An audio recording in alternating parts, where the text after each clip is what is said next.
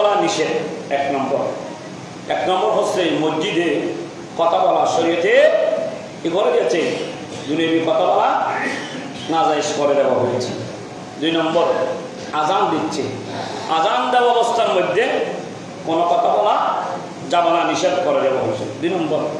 3 নম্বর হচ্ছে মানুষ যখন আপনার কোরআন তেলাওয়াত করে, আপনি যদি সেখানে গিয়ে কোনো দুনিয়াবি কথা বলেন বা শরীয়তের কথা বলেন, আপনাকে শরীয়তে বলেছে খবরদার ওই কোরআন যিনি তেলাওয়াত করছে তার পাশে গিয়ে তুমি কথা বলতে পারবে না। কাকে বলো? 3টা।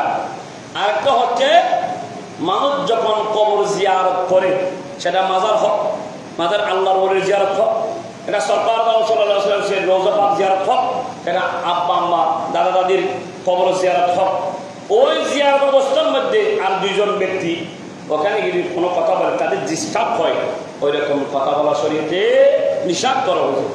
আরেকটা কি 5 নম্বর, কোনো বক্তায় বক্তৃতা দিচ্ছে কোরআন হাদিসের আলোকে, বক্তা বক্তৃতা দেওয়া অবস্থার মধ্যে যদি কোনো মুসল্লি হোক, কোনো বান্দা হোক, কোনো বান্দানি হোক, তারা যদি কথা বলে তাদের 40 বছরের ইবাদত কবুল হয়েছে, ওই কবুলকৃত ইবাদত নিস্তেনাবদ করে দেবে। নাউজুবিল্লাহ।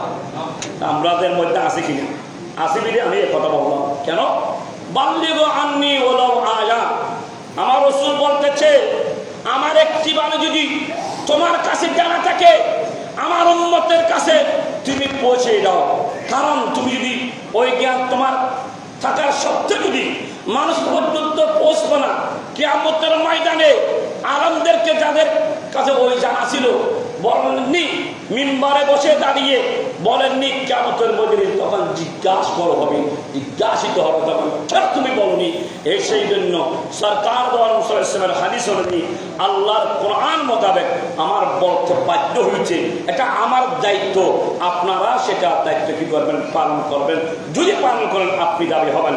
আল্লাহ রাব্বুল আলামিন আজকের মাহফিলকে মাহবুবের দরবারে কবুল মঞ্জুর করেন। আমিন। আখির দাওয়ানা আলহামদুলিল্লাহি রাব্বিল আলামিন। আসসালামু আলাইকুম ওয়া রাহমাতুল্লাহ।